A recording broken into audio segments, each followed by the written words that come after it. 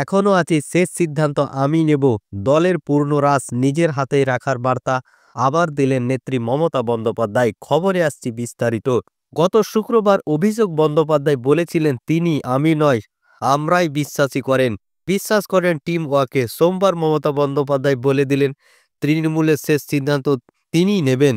উপনির্বাচনে জয়ী রাজ্যের 6 তৃণমূল বিধায়ককে সোমবার বিধানসভায় শপথ বাক্য পাঠ করার রাজ্যপাল সিভি আনন্দ বোস। তারপরে বিধানসভায় অন্দরে নওশাদ আলী কক্ষে তাদের নিয়ে বৈঠক করেন মমতা। বৈঠকে ছিলেন তৃণমূলের অন্য বিধায়করাও। তৃণমূল সূত্রে জানা গিয়েছে, সেই বৈঠকেই মমতা বিভিন্ন জল্পনা এবং গুজবের প্রতি ইঙ্গিত করে জানান, কে কি বলছে ভাবার দরকার নেই। যতদিন তিনি আছেন ততদিন দলের বিষয়ে শেষ সিদ্ধান্ত তিনিই নেবেন।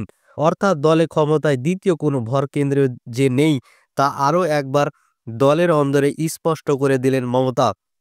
মমতার সঙ্গে বিধায়কদের ওই বৈঠকে ছিলেন তৃণমূলের রাজ্য সভাপতি তথা রাজ্যসভার সাংসদ সুব্রত বক্সী। যে প্রবীণ নেতার সঙ্গে অভিষেকের সম্পর্ক খুব মসৃণ নয় বলে দলের অন্দরে সকলেই জানেন। তবে বক্সী মমতার আস্থাভাজন। সূত্রের খবর, মমতা বিধায়কদের বৈঠকে বলেছিলেন তিনি এবং বক্সী মিলে দল চালিয়ে নিতে পারবেন।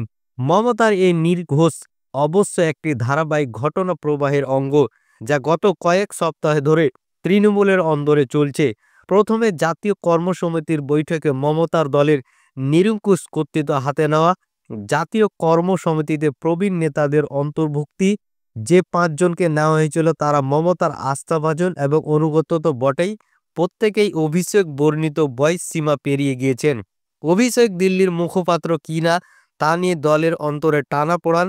বুধবার দিল্লিতে সংসদীয় বৈঠকে সংসদের অন্তরে তৃণমূলের অবস্থান নিয়ে অভিষেকের নির্দেশ এবং অতঃপর বৃহস্পতিবার মমতার বক্তব্য, সংসদীয় দলের অবস্থান কোনো ব্যক্তি বিশেষ ঠিক করবে না, ঠিক করবে সংসদীয় দল। সেই দলের সদস্যদের নাম স্থিরও করে দেন মমতাই।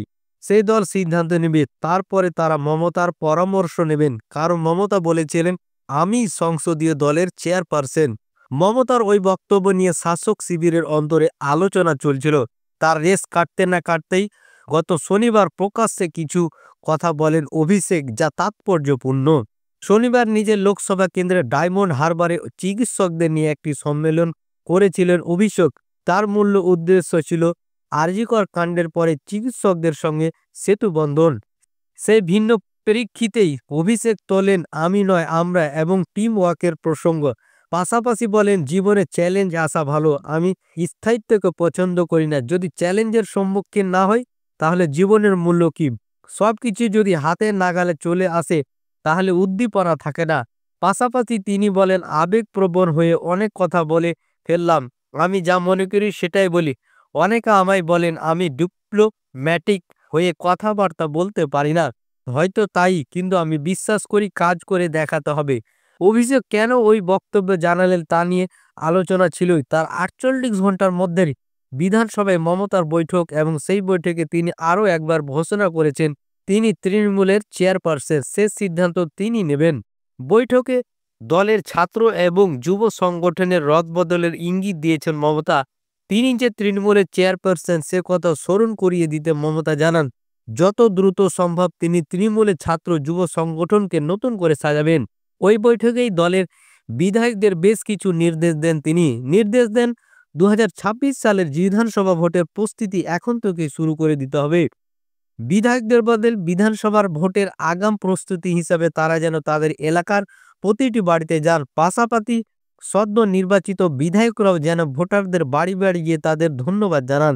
সংখ্যালঘু এবং তফসিলি ভোটারদের গুরুত্ব দেওয়ারও নির্দেশ দেন তৃণমূলের সর্বময় নেত্রী। ওই বৈঠকে বিধায়কদের শৃঙ্খলা পরায়ণ হওয়ারও কথা বলেন মমতা। হুঁশিয়ারি সুরে জানিয়ে দেন, পরপর 3 দিন বিধানসভায় সময় মতো না এলে চতুর্থ দিনে সেই বিধায়ককে শোকজ করা হবে। প্রকাশ্যে অভিষেককে উপমুখ্যমন্ত্রী এবং পুলিশ মন্ত্রী করতে বলে বিধায়ক হুমায়ুন কবির ইতিমধ্যে দলীয় শৃঙ্খলা ভঙ্গের দায়ে পড়েছেন, তাকে শোকজ করা হয়েছে। তিনি দুঃখ প্রকাশ করে তার জবাব দিয়েছেন। সেই আবহেই বিধায়কদের আরও একবার শৃঙ্খলার পাঠ দিয়ে মমতা বলেছেন, দলের বাইরে কিছু বলার দরকার নেই। বিধায়কদের বৈঠকে অন্য যে বিষয়টি দলের অভ্যন্তরে নজর কেড়েছে তা হল অশোকনগরের বিধায়ক নারায়ণ গোস্বামীকে দলনেত্রী মমতার নিজের সীমানা চিনিয়ে দেওয়া। নারায়ণকে তিনি নিজের বিধানসভা এলাকার মধ্যে থেকে কাগজ করার নির্দেশ দিয়েছেন।